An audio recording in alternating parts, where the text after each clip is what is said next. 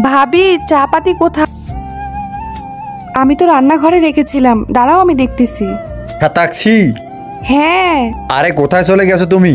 আমি কি টিফিন পাবো কি পাবো না? হ্যাঁ আমি আসতেছি, 1 মিনিট। এই নাও। ডেইলি ডেইলি তুমি খাবার দেরিতে দাও, তোমার মনোযোগ কোথায় থাকে? তুমি কি এটাই চাও যে আমি অফিসে দেরিতে যাই আর বসের বকা খাই? সরি, ওই যে আমি একটু কাজে বিজি ছিলাম। পানি নিয়ে আসো। এই নাও পানি। এই বোতলটা দিয়ে কি আমার মাথায় মারবো? নাও মারো। বোতল হাতে দিয়েছো, বোতল থেকে কি পানি খাবো? বাড়িতে কি গ্লাস নেই? আর এটা গরম পানি। তুমি তো জানো আমি ঠান্ডা পানি খাই, বাইরে এত গরম।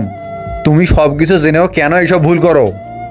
ওই মৌসুম চেঞ্জ হয়েছে না, এজন্য আমি নর্মাল পানি নিয়ে আসলাম, যেন তোমার শরীর খারাপ না হয়ে যায়। যা এখনই কে ঠান্ডা পানি নিয়ে যা। বউ আসি বউয়ের মতো থাকিস, আমার মায়ের মতো হওয়ার চেষ্টা করিস না। আমি এখনই নিয়ে আসতেছি। ভাইয়া, এটা কিভাবে তুমি ভাবির সাথে কথা বলতেছো? যদি তোমার ঠান্ডা পানি চাই তাহলে তো এই কথাটা ভাবিকে ভালো করে বলতে পারতে। আর তুমি ভাবির সাথে চিল্লাচিল্লি করতেছো আর কত বদমাশি করতেছো। বউয়ের সাথে এভাবে কি কথা বলে?